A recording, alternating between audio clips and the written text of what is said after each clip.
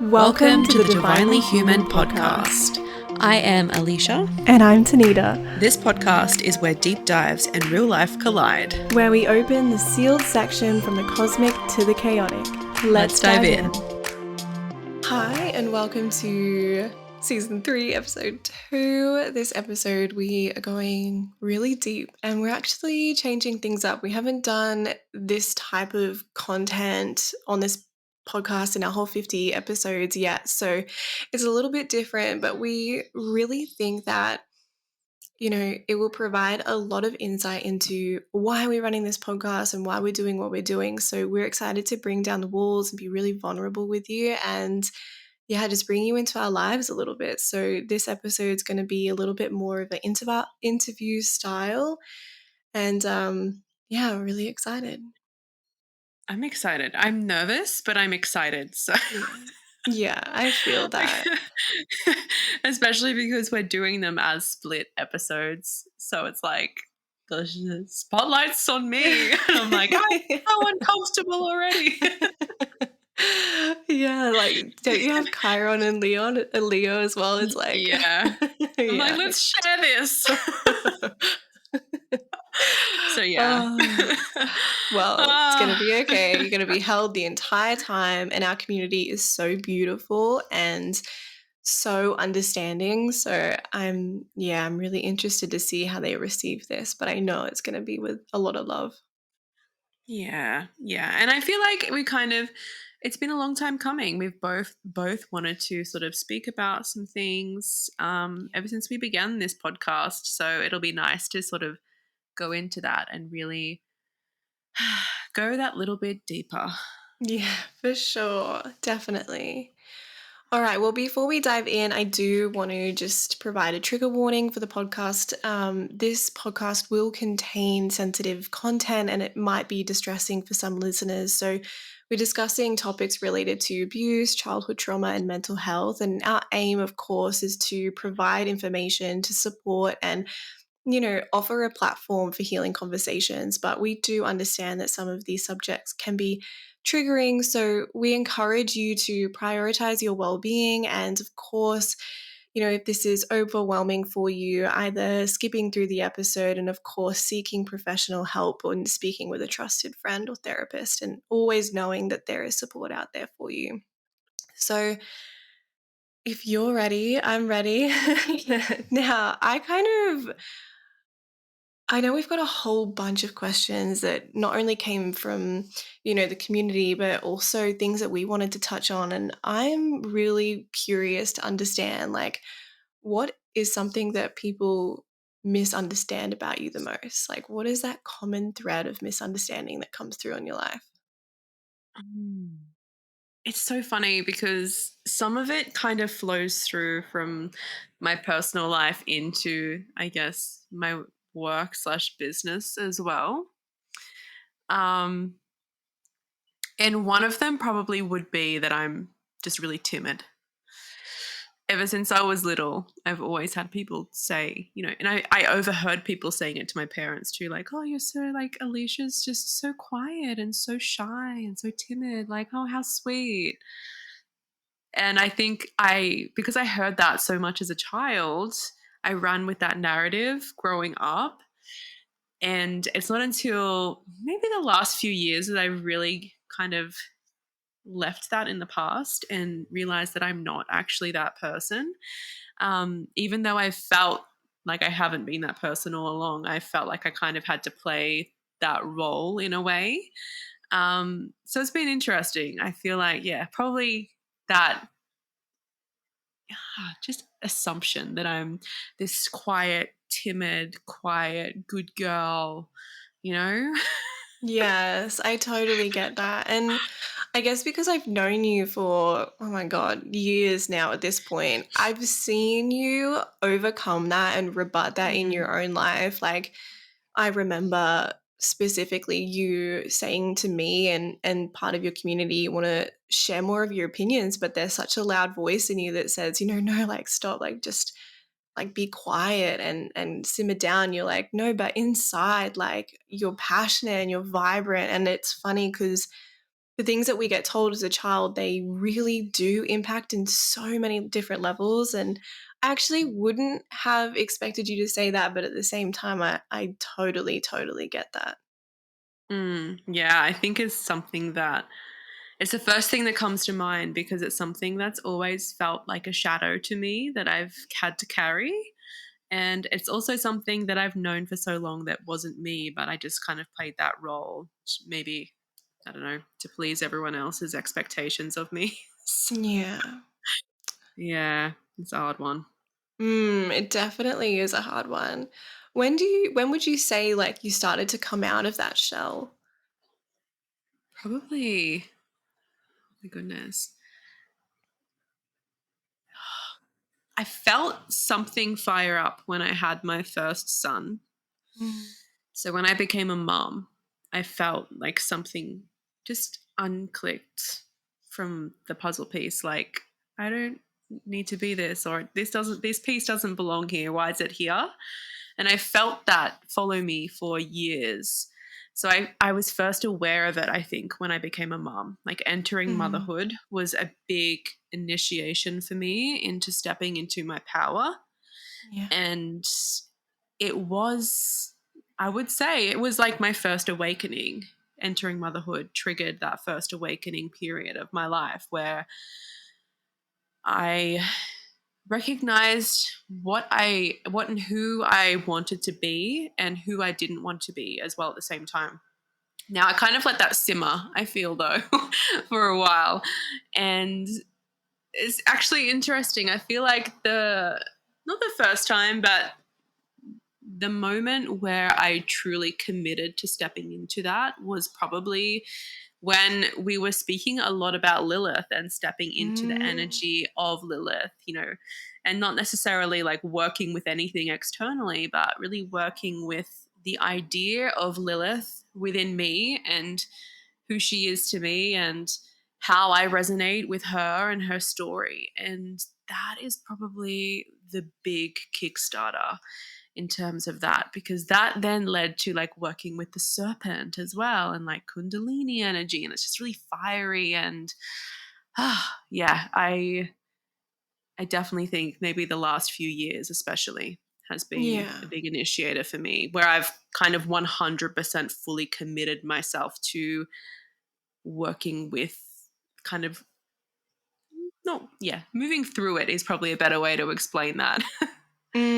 Totally. I get that. And I remember learning about the Lilith asteroid and us looking at it in our charts and both of us having this kind of like, oh my God, like that is within us, right? And seeing you embody that has been so transformative for me to watch because it's such a like permission slip for other women to recognize that these maybe labeled bad parts or naughty parts or like unconditioned parts of ourselves are just as valuable and worthy than the other parts. And it kind of, yeah, it really does spiral you into this like deep just self-love and self-affection. And I don't know about you, but when you had your firstborn and you're kind of going through this process of understanding, okay, well, maybe I'm not who I've been conditioned to, maybe there's part of me that I'm yet to explore.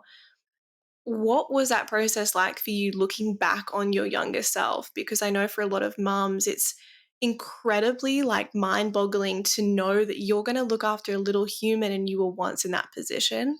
So I'm like just curious about how you supported your younger self through that because I know that you have done a lot of inner child work and you are deeply connected to all parts of your life. So, yeah. Mm.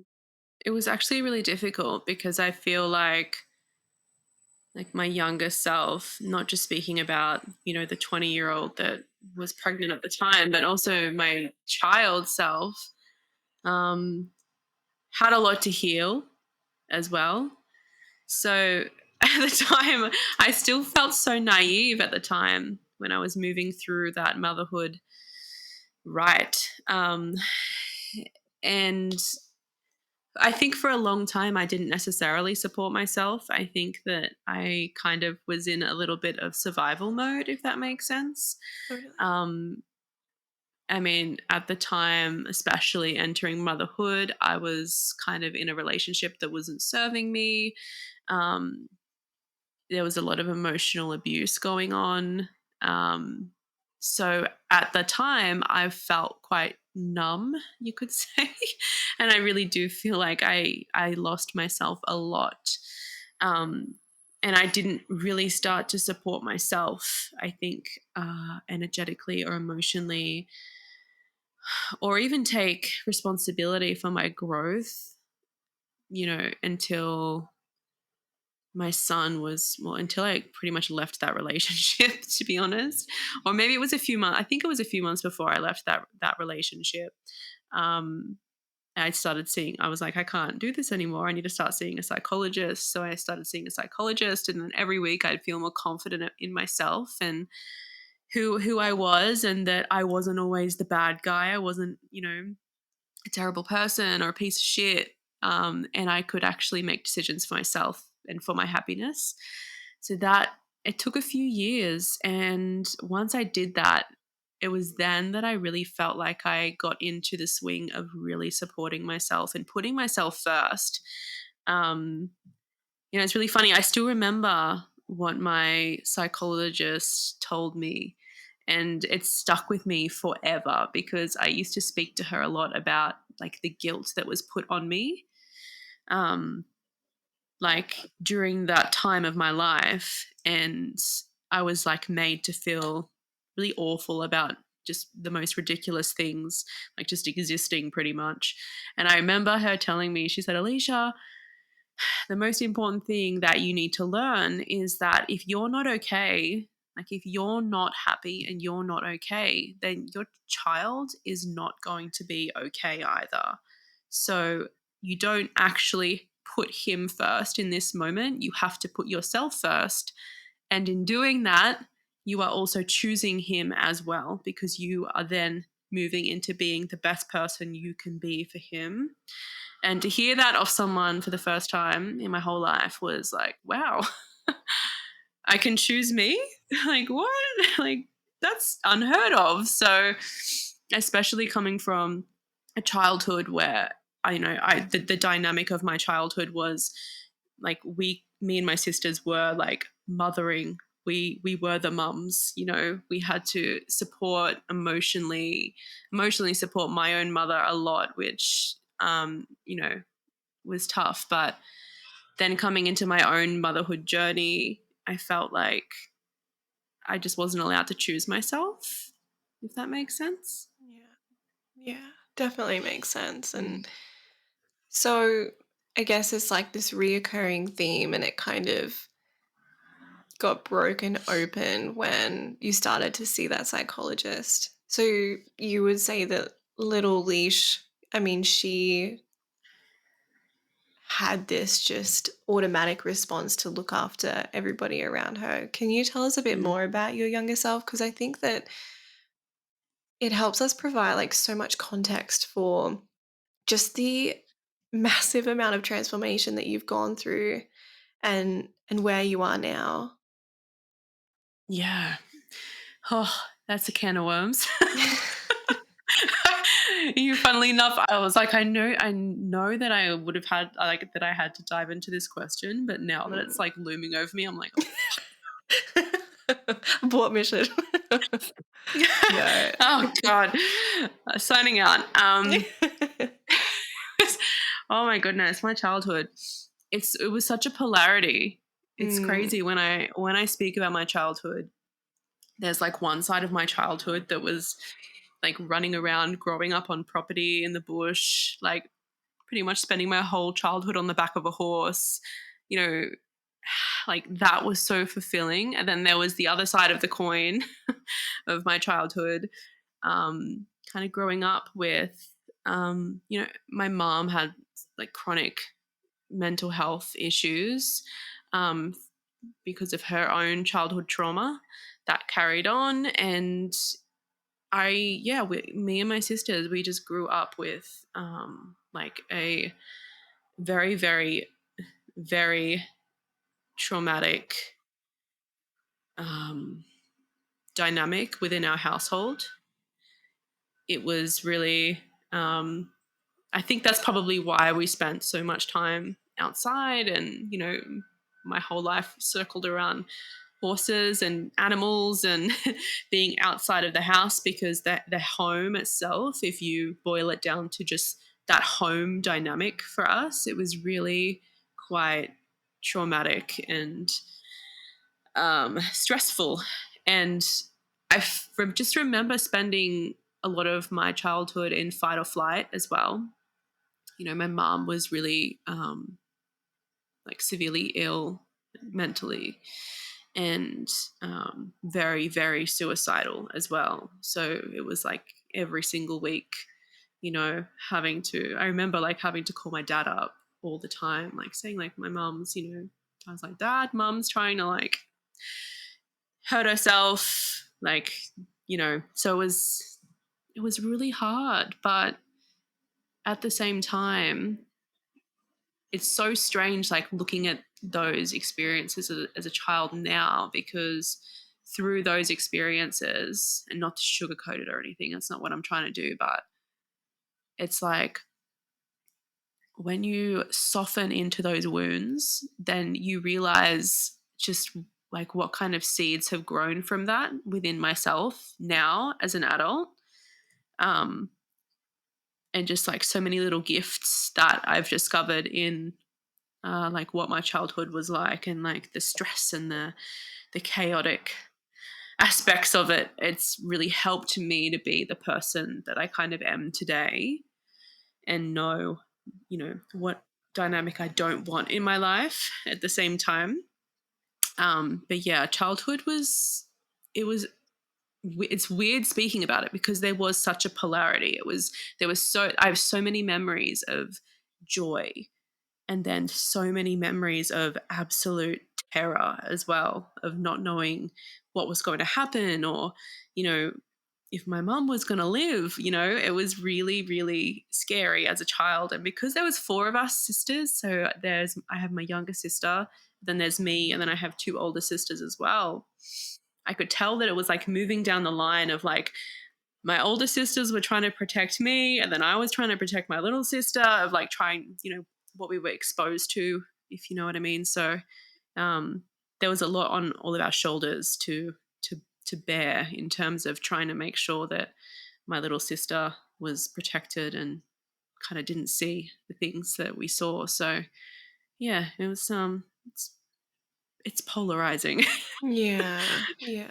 I totally understand that. And I actually heard a somebody on TikTok who he's a like a parental coach, and he is a therapist, and he was explaining like no sibling has the same recollection of, who their parents were. And it's so true, because as a parent, you do change, and no sibling is the same. No, like one of your children is the same.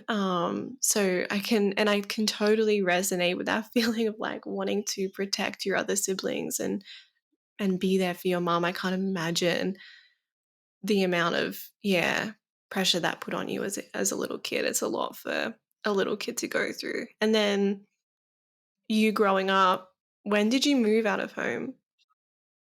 I was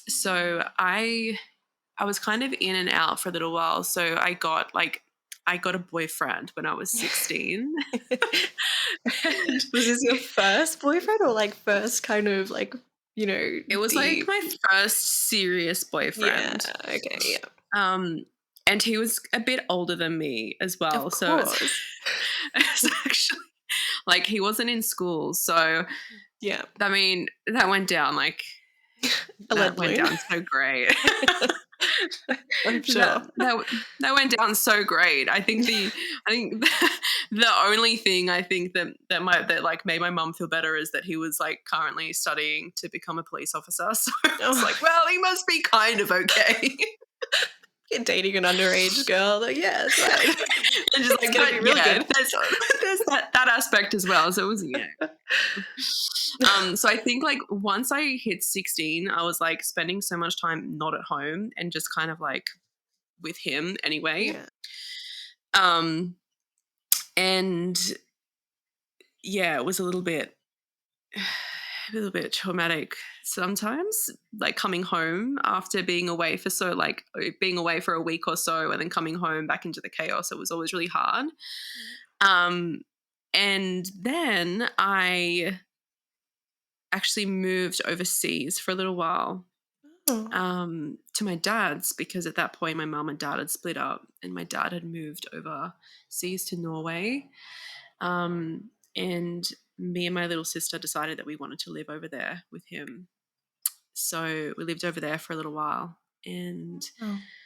yeah, I came back eventually. And that is when I kind of moved out. I came back and I actually started like my uh, diploma in beauty therapy.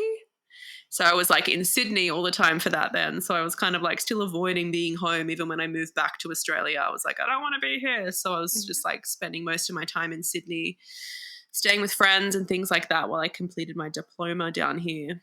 And then eventually there came a time where I got a job after that and I moved back into with my mum, and it was still just as chaotic as when I left. Like when I was much younger, it was still just as chaotic as when I left, to move overseas. And I remember I had met my like another partner by then, because obviously things fizzled off with my last boyfriend. And so I was in like a new relationship for a while, and then I found out while I was still living at home with my mom at that point. I found out I was pregnant then. Mm. Um, and she knew I was pregnant too. I told her and everything, and me and my um, partner at the time were like planning on moving out and stuff anyway. But I remember I came home one day, and this is the day that I moved out.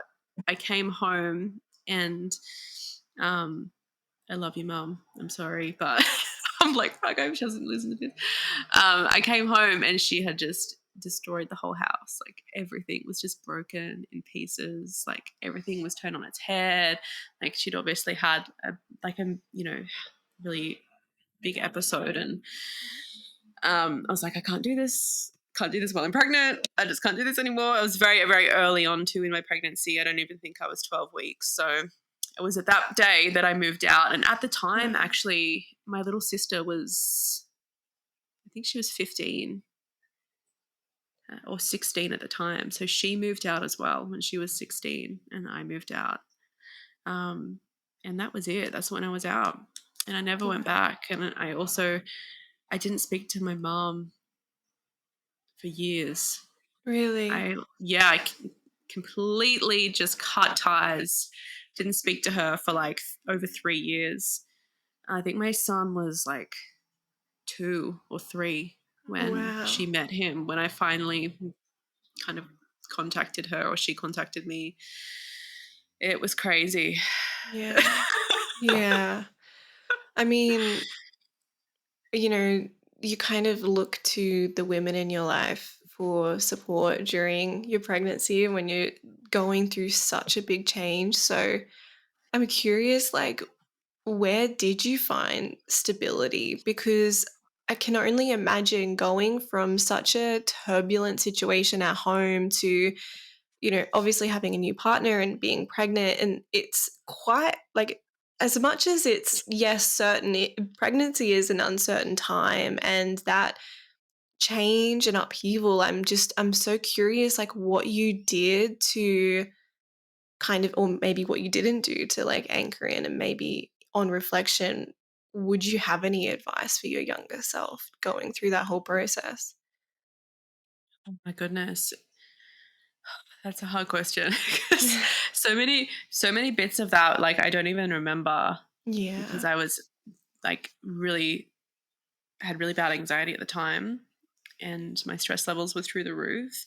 And I find that when my anxiety is bad, it just blocks out parts of my life and I just don't remember. Like a lot of my childhood, there's like big windows where I'm like, what even happened? I don't even remember that. But from memory, because at the time we had moved, when I moved out, I moved in with my partner Mhm. and his family as well. So they lived on like a property and I moved in with them.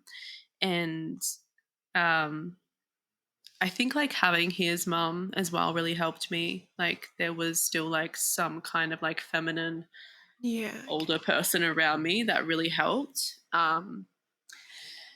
And my sister, actually, one of my older sisters, she lived close by at the time. So, like, the oldest out of us four girls, she lived like just literally down the road. So, she was Oh. such a big support for me.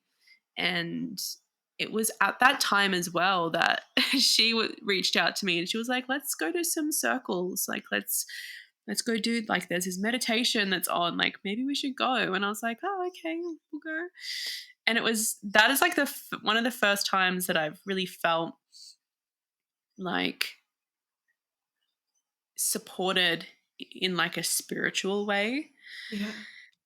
And at the time, like I did not want to do it because I just felt like everything was so stressful anyway. And I was like, I can't even fucking fix this mess. But I did it. And I just felt so held Oh. that I ended up going back and we did it a few times and it just became like a routine of ours that we'd do together.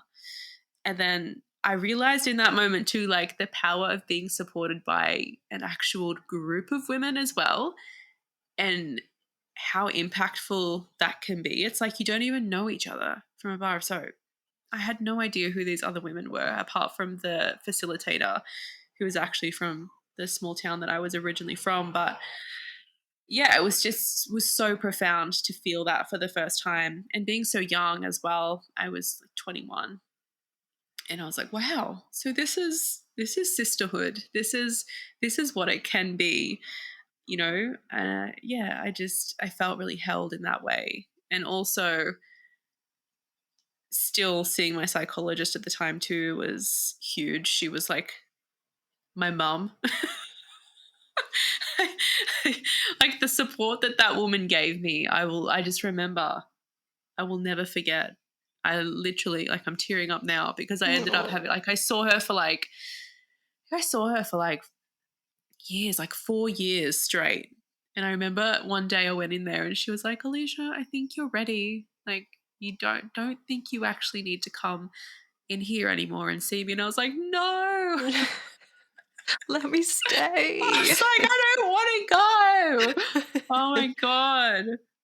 I cry every time I think of her. But anyway, Oh. she was just the best, honestly. Like, I feel like in the spiritual community, we always are told, like, oh, like, there's a healing for that, or there's like something special for that. But honestly, like, never underestimate the power of an incredible psychologist and like the support that they can give you, because I swear to God, I was ready to start stalking this woman when she told me this. Just like, "Ooh, accidentally bump in at the shopping center. I Fancy was meeting like, you like, can you please adopt me? Please, just adopt Oh. me. Yeah, she was amazing. I'll never forget. No.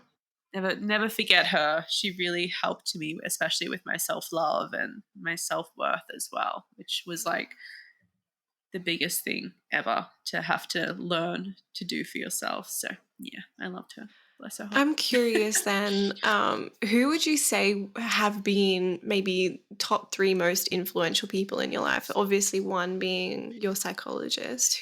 Who might be the other Yes, 2? yes, Janet. I love her. Um, You're like, "Please DM me, Janet, if you're listening to this." Oh my goodness. Okay. This is actually a really good question once I like get away my little tears. I know, do you have Um tissues? I wish I was there. I But don't I don't have tissues. I'm just out here out here raw dogging it. So probably, yeah, so definitely my psychologist at the time, that I had like quite a long relationship built up with her. Um and definitely my oldest sister. At like, she's been like a pillar for me. Just she's also a Scorpio, so Mhm. I just gel with Scorpios.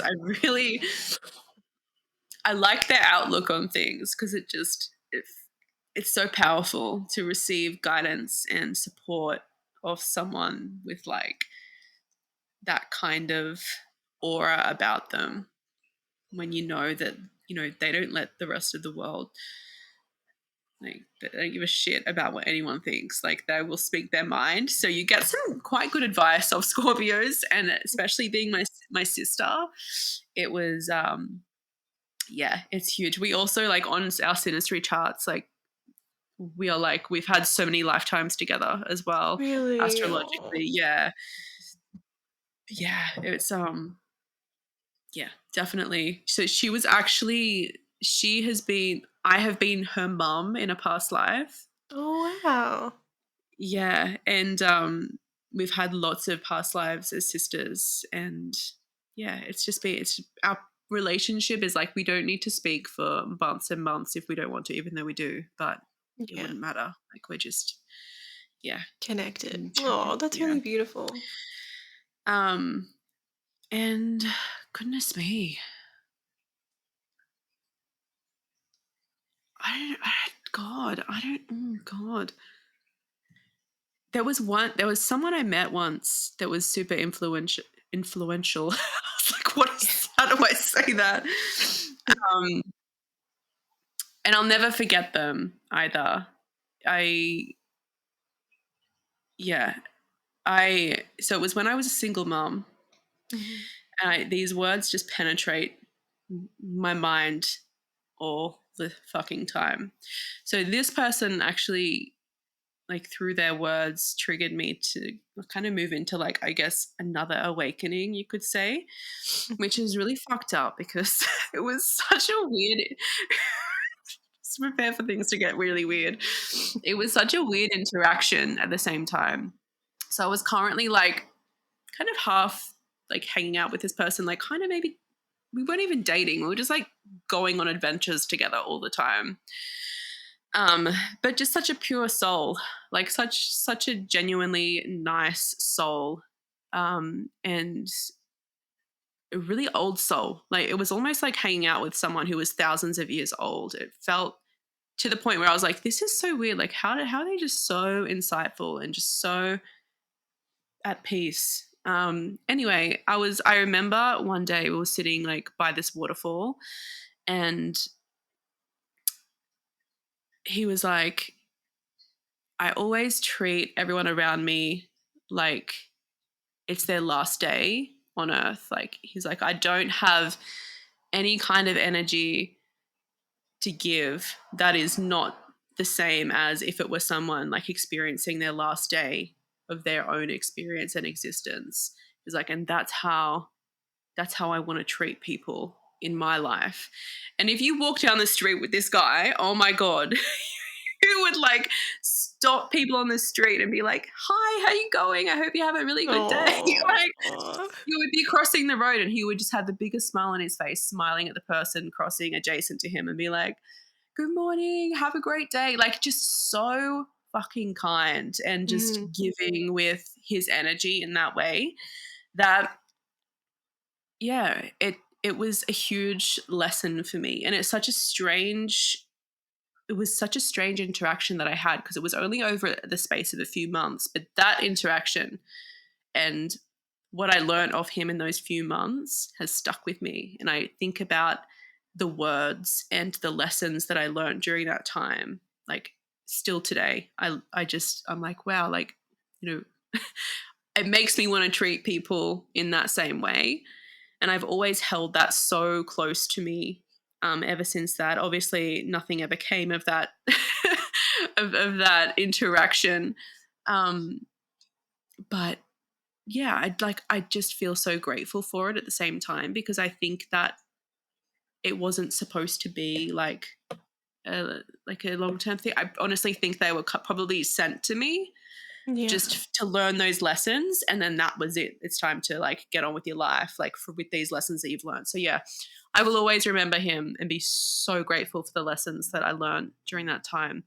And yeah, probably on account of just thinking about those words and lessons that much, it's probably in my top three. So yeah. Wow. Yeah, I Mm, totally believe in like divine interactions. And I don't mm. always believe that, you know, divinely orchestrated people in your life are meant to be there forever. Like they do kind of come and teach us lessons, and some of them stay around forever. I think that's really beautiful. And it must have been pretty profound at that time. Obviously, were a single mom. I'm guessing your spiritual journey, I'm curious, like, if you were tapped in as a kid or whether it like, when that kind of happened and when you started to step more deeply into that. I think working with horses a lot as a child, it tapped me into energy. And I know Yeah. I've spoken about this before, but they make you so aware of your energy and what you're actually giving off and how it affects people. So I think I was first really aware of it as a child. I started writing at 4. So I just remember learning that the horse responds to your energy. So if you are calm and peaceful and you don't feel nervous or afraid, the horse is also going to feel calm and peaceful and it won't be afraid. But as soon as you get that anxiety or nervousness in your body and in your energy field, straight away that horse is going to take advantage of you. You'll end up flat on the ground. And yeah, I definitely learned that the hard way over that time. But yeah, I think as a child, I was always hyper aware of energy itself and could read people so well. I think too, that's probably also because of my mom and moving through like her own mental health journey as well. I think that I had to be hyper aware of reading her and seeing where she was at without her having to tell me, because I needed to make sure that I was going to be like safe. So yeah, I think as a child I was aware of it, but I didn't like work with it and tap into it in a really personal way, I think, until like I had my first son, really. And I started realizing like, the art of energy work and tapping in to energy and manifestation, even things like that. I don't think that I really started to tap into that. Um, but I remember as a child growing up that I would always be reading people constantly. And people would naturally always come to me to tell me things as well. um, and I'm like, yeah, I know that. They're like, what? Yeah. I'm like, yeah, I already know. So it was kind of something that I didn't really think much of it, to be honest. I just thought that it was like a normal thing as a child. So I didn't really consciously do anything about that. I just kind of let the messages flow through and the insight flow through, and didn't realize that it was there to actually work with actively until I got a bit older. So yeah, I wish I had of. I know, it's funny, like, now seeing my kid who's so intuitive, I'm like, oh, if only I had somebody in my life who was as conscious as I am now to support me as a young kid going through that. I think Mhm. it would be such a profound experience. I'm sure you resonate with that because it's Yeah, it's so just to nurture it, incredible. Yeah, to nurture it to exactly. Because encourage it.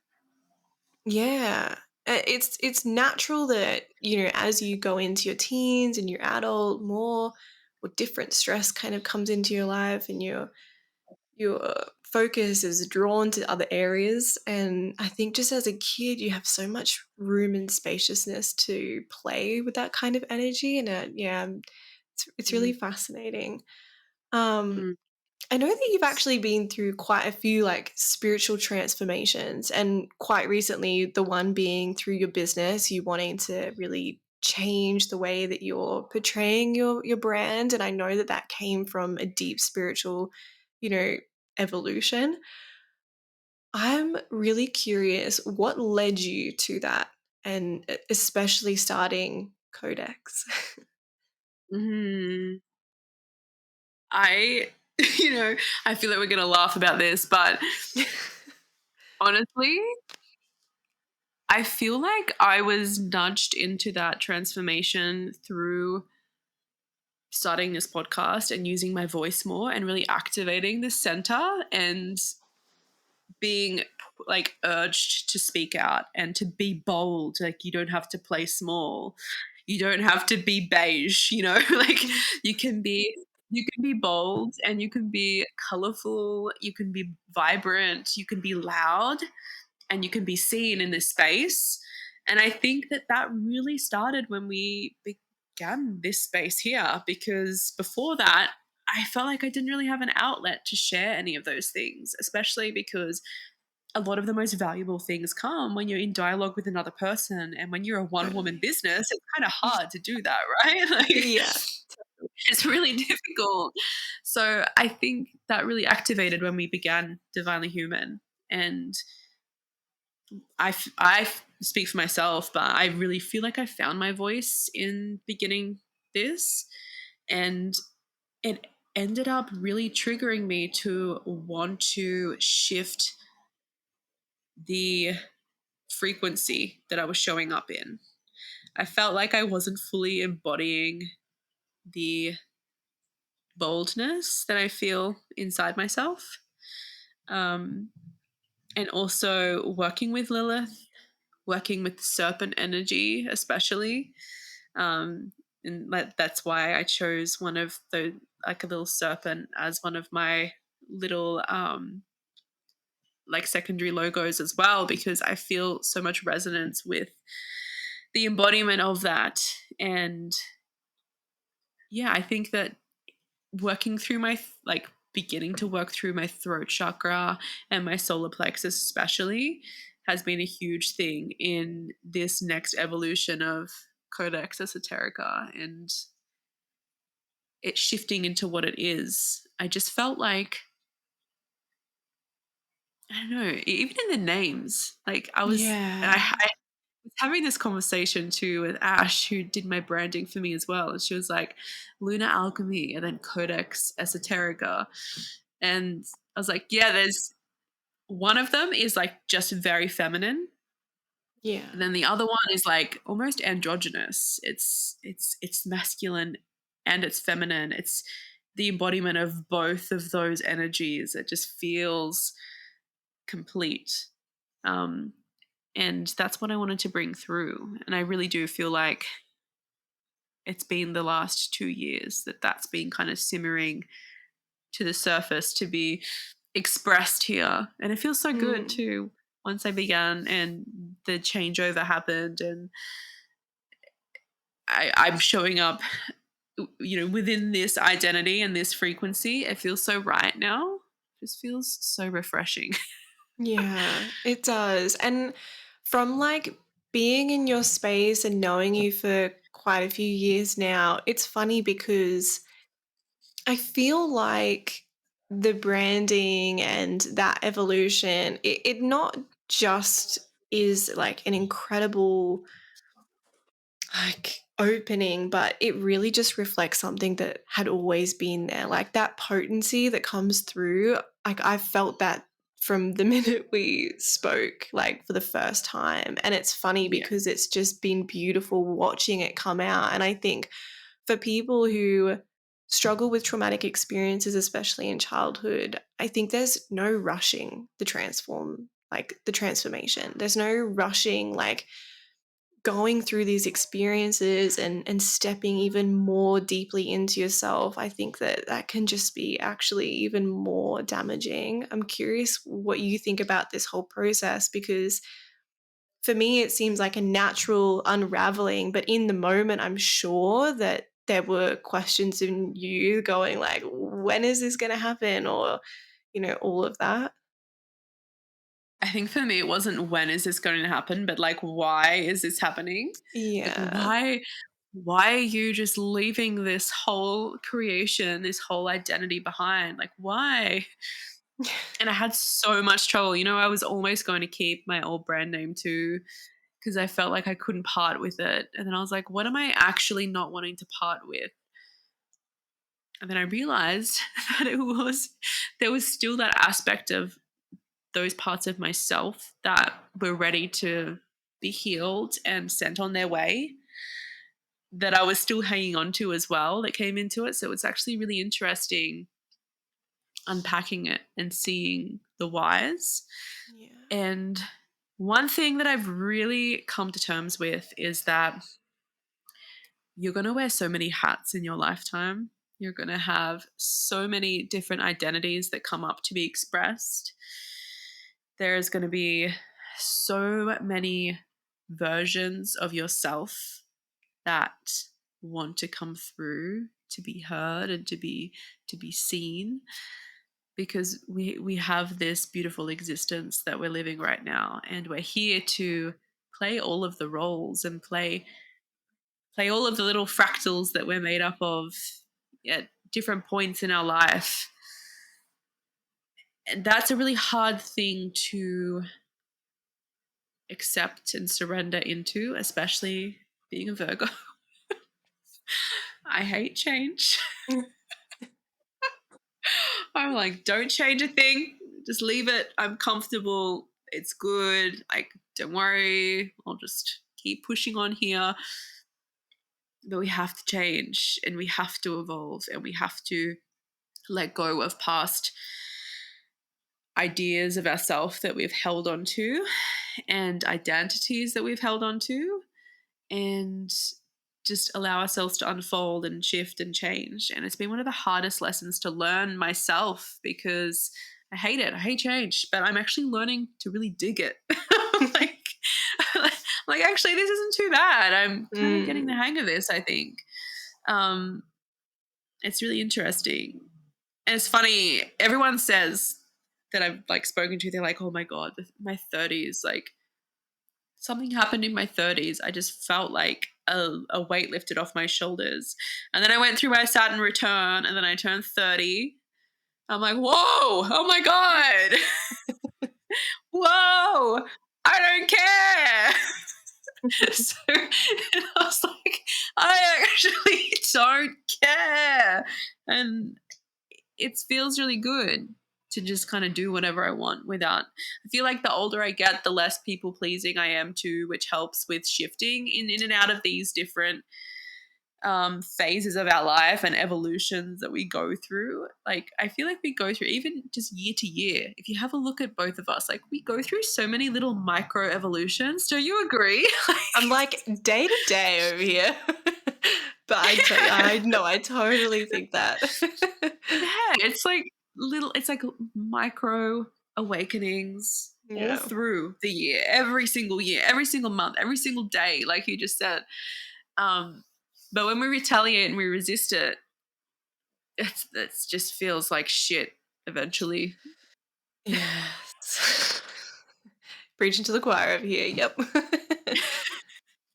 Yeah, we need change. Everything moves on this earth. Like everything is moving. We're fucking moving. We're spinning around in the cosmos, but everything moves, right? Like the earth breathes, water moves, everything moves, and we can't just stay still. We have to move with it. And it's one of the biggest lessons that I've had to go through, and also not to judge myself while going through that as well. Like, oh my God, like, why do I feel like I need to do this for myself? I Yeah. don't know. It's a big one. It is a big one. I actually remember hearing a quote. It was like, if you are not growing, you're dying. Like technically, when things in nature stop growing, they cease to exist anymore. And I'm like, Yeah. that really hit me because as a human, I'm not sure what your outlook on life is because you have been through trauma as a child, but I know for a lot of us, there is this deep, just insatiable hunger to live a good life because we've seen how bad and shitty it can get. And so there's this insatiability of like wanting to grow and get better and do better, even though it hurts and even though our mind or our programming will tell us, like, maybe you're not worthy of this, or, you know, you haven't seen this in anybody else in your life. Like, why would it happen to you? And all of these stories come up. And no matter that, I don't know about you, but for me, there's just this inner drive to continue to grow no matter how hard it is. Absolutely. I feel that so much. And it's not to say, just to preface for anyone listening, it's not to say that it's not okay to be still. Yeah, But if you totally. think about it, if you think about it, like even seeds under the ground when they're dormant throughout winter, they're still germinating under there, right? Like they're still brewing up some cool bush. Yeah. I love how you went to bush automatically. They're going, slowly creating something Totally. beautiful. Maybe it's not a bush. Maybe it's a rose. An oak tree, you know. Maybe literally. Oh my god, the acorn, Mm. the acorn. That's so symbolic of growth. Oh my goodness, we could do a whole podcast episode just about that. I But know. honestly, yes, I agree. I think that who told me this? Oh my goodness, it was someone else that I met a few years, like years ago. I met this poet once, and My. I was dating a poet. Oh, Um, dating a poet, it gets better. Okay. Story yeah, we need to do it. Anyway, he was a Virgo, moving. and there's only room for one, so you know. Okay, yeah, no. But he said, I remember him speaking and writing poetry about it's when you stop moving. That's when the day that you begin to die, Yeah. because your body is telling your brain to stop, and your brain sends out signals to your body that it's time to stop, and then you eventually start to just very slowly, not like weeks or months, but like years, you slowly begin to die. So I remember him always speaking about how important it is to get out there and find new interests, to try new things, to explore hobbies, to stay curious and want to experience things that you haven't experienced yet. And that is what keeps us alive. Totally. I would totally agree there. Hmm. I'm curious to wrap this up. What is that like what if that continues to like cycle in your mind? Oh my god, that Whether it is be about the future. that's a loaded question.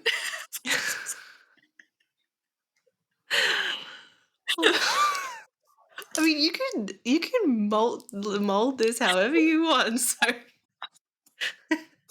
Oh my god, I feel like I I'm didn't make these questions. Not all of them, anyway. all right. Tracy Grimshaw. It That's such a hard question. Oh my goodness. is a hard But question. I always have what ifs though. I'm a natural warrior. I'm like the queen of what ifs. I'm like anxiety girl. I I'm like know. what the walking That's what if. that's your tagline. It's The walking it's what if. I love that. yes, honestly, that's what I am. Like if I had a Tumblr still, my username would be anxiety girl. No, That's I'm so funny. not claiming it. But there's lots of what ifs. I always wonder like what my life would look like. Like what would I be doing if I wasn't doing this job? Like what if I Mm. wasn't I always wonder. I'm like with the amount of bullshit that even though there's so much beauty in what I do, but the amount of bullshit that I put up with as well because obviously Mhm. There's two sides to polarizing. every industry. Yeah. There's two sides of every industry, absolutely. So I always wonder, like, oh my God, will I ever get sick of this? Will I ever just be like, that's enough now? I Oh am. my god, I'm I've wondered this too. What would you do? like, what would I do? Because I wouldn't want to go back to being a makeup artist. I Really? just wouldn't. Yeah, Hmm. I used to get sick of it. And I think now, especially like learning to use my voice, Yeah. I would be telling so many people off. Like every bride that I did their makeup for would probably be crying by the time I'm done with her because they're so fucking annoying. Like, Oh, that is hilarious. so I'm like, what would I be doing? What would I be doing? I actually don't know. And that actually scares me because I'm like, Yeah. oh my God, do I need it? Then I'm like, because I don't have a backup plan, maybe I'll never need one. But what if? Yeah. What if I just get sick of people's shit? It's like all the more reason to bring through boundaries even more. I know. Totally. I agree. Well, I mean, they say some of the most successful entrepreneurs and businesses that exist don't have backup plans for exactly that reason because there's Yeah. nowhere else for their energy to go and plan.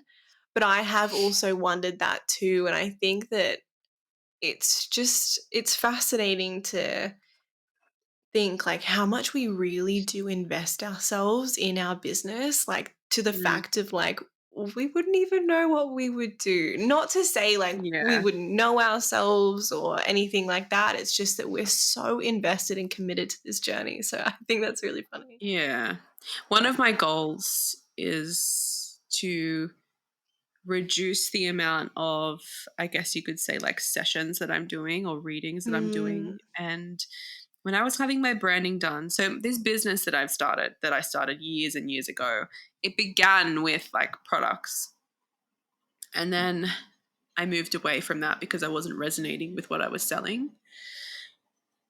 But then I was having all of my branding redone. And obviously, I had Ash, she made up like some mock ups of like Ooh, packaging. stuff. Oh, And cool. I was like, I like it. I was like, oh my goodness, what if I could reduce like the sessions that I run so that I still had energy to show up? Because like at the moment, I feel like my life is so busy. Like I don't really have time to do as much and hold as much space as I'm wanting to for people anyway. But I'm like, what if I was to have like the other half of my business was like product based and I had that kind of like residual income as well come through. I think that it would be a really beautiful balance, I think, and I would Totally. be even more, I would want to hold space even more because I wouldn't be as open to do it. And I think that that's actually a good thing. Yeah. So that's one of my like reverse what ifs. I feel like I've had this as well, and I think that because our work is so energetically based, you do think like, well, there comes a point where your just energy is expended and you need to put Yeah, those boundaries up. So I love that goal for you. I'm totally here to support that. Maybe we need to come up with a product line for Divinely Human. please, undies, something. I don't know. I actually Just throwing it out love there. that. Could you imagine going to the toilet? You've had a shit day at work, right? You go to the toilet, you pull down your undies, and you remember you are a divine fucking human and there is nothing for you to worry about. Not only do we have your back, we have your ass. Oh Please, my oh, let's do god, this. I actually love that so much. No Limited idea. edition DH underwear. Oh my god, that is so gold. I love it. That's Yes, sisterhood. That we sort of need to sisterhood do runs that. deep. We can come with yes, I love that so much. Anyway, my mind is going in so many directions with this idea. I'm like, period Healing. undies, like I know. We're going to get off this podcast episode, and you're going to send me like a database with graphs with like planning and stuff. You're like, I've got it all sorted. Just fill out the I'm graph. exactly ready to go. Literally. Oh, this has been so eye-opening, and I'm so grateful for you being so vulnerable. I know it's sometimes really tough, no matter how much we've done around self-development and healing. It is always quite like just, touching those wounds can be sore sometimes. So I appreciate you for opening up, and I'm really happy that we did this. I feel like we all are just best friends now. We just know everything about Yay. you. Thank Oh wow. Thank you for listening to me and also just holding that space because I don't think I could pick anyone in the world that I would rather like just speak about this stuff with because I just yeah, we are sisters. So I really am grateful for you. So thank you for listening and for everyone who has held space whilst listening to this episode. I just want to say thank you and I'm really grateful for all of you. Love you Yeah. guys so much. We'll see you next week. And We'll of see you course, you next can week. catch us on all the platforms: YouTube, Spotify, Apple Podcasts, everywhere. If you have somebody in your life who has gone through experiences or just need to hear that, opportunities and possibilities are possible for them, please pass this along. We'd love to reach new ears and find community that resonates. And of course, if you have any ideas for podcast episodes or you have any feedback, our DMs are always, always open, and you can utilize the voice note option down below. We'd love to hear your voice. You get to listen to ours, but we don't actually get to hear your voices at all. So we'd be so happy and honored to do that. And we'll catch you next week. Bye, guys.